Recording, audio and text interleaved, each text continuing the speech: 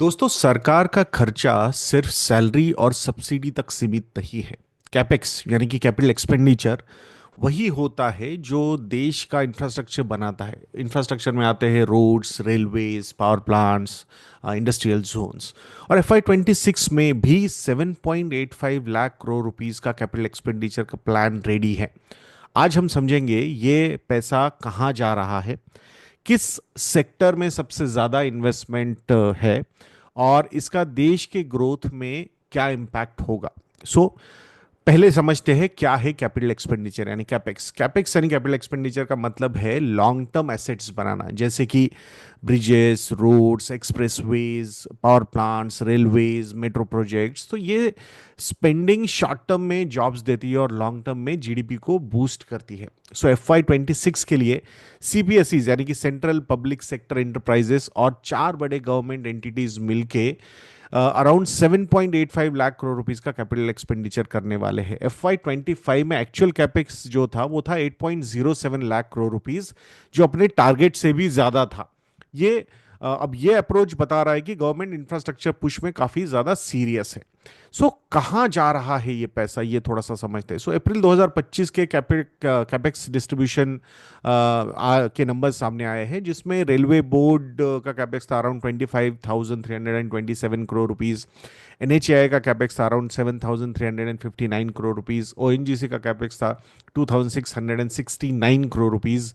NTPC's का capex was around 2,226 crore rupees, और Indian oil का था 2,102 करोड़ रुपीस। तो रेलवेज और हाईवेज अगेन टॉप प्रायोरिटी है, क्योंकि ये सेक्टर्स लॉजिस्टिक्स, एम्प्लॉयमेंट और रीजनल कनेक्टिविटी में बहुत इंपॉर्टेंट रोल प्ले करते हैं। और ONGC, NTPC जैसे PSUs एनर्जी सिक्योरिटी और रिन्यूएबल इन्वेस्टमेंट्स पे काम कर रहे हैं। सो अब कैपेक्स का थोड़ा सा इकोनॉमिक इम्पैक्ट समझते हैं। सो पब्लिक कैपेक्स का जीडीपी मल्टीप्लायर इफेक्ट हाई होता है, यानी कि 1 रुपए का खर्चा अगर होता है तो 2.5 रुपए का जीडीपी ग्रोथ वहां पे हो सकता है। सो ये तीन मेजर बेनिफिट्स देता है। पहला बेनिफिट है infrastructure creation, roads, power is equal to foundation of private industry. Second benefit है job generation, construction, transport, materials industry इसकी वजह से ग्रो करते हैं। और तीसरा बेनिफिट है प्राइवेट इन्वेस्टमेंट ट्रिगर। जब सरकार इन्वेस्ट करती है तो प्राइवेट सेक्टर भी काफी कॉन्फिडेंट होता है। तो ये 7.8 लाख करोड़ रुपीस का के आसपास का जो कैपेक्स है FY26 के लिए, ये ग्रोथ का इंजन डेफिनेटली बन सकता है। अब थोड़ा सा फिजिकल एंगल और रियल पिक्चर को समझते हैं। सो FY25 में सरकार ने खुद का कैपेक्स टारगेट रिवाइज किया था to 10.18 lakh crore rupees. So originally it was higher 11.11, but actual हुआ 10.18 लाख करोड़ रुपीस।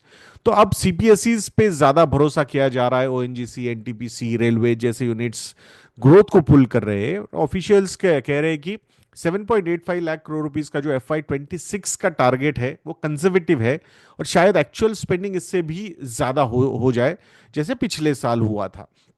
सो अब दोस्तों, ये कैपेक्स प्लान दिखाता है कि गवर्नमेंट इंफ्रास्ट्रक्चर और लॉन्ग टर्म ग्रोथ पे फोकस बनाए रखना चाहती है। Railways, highways, oil and power, यही एरियाज लीड कर रहे हैं। और अगर ये इन्वेस्टमेंट्स टाइमली और इफेक्टिवली एग्जीक्यूट होता है तो इंडिया का $5 ट्रिलियन इकोनॉमी का ड्रीम जल्द ही पूरा हो सकता है। क्या आपको लगता है कि ये पब्लिक कैपेक्स इंडिया को फास्ट ट्रैक ग्रोथ दे सकता है? कमेंट सेक्शन में लिखना बिल्कुल मत भूलिएगा दोस्तों।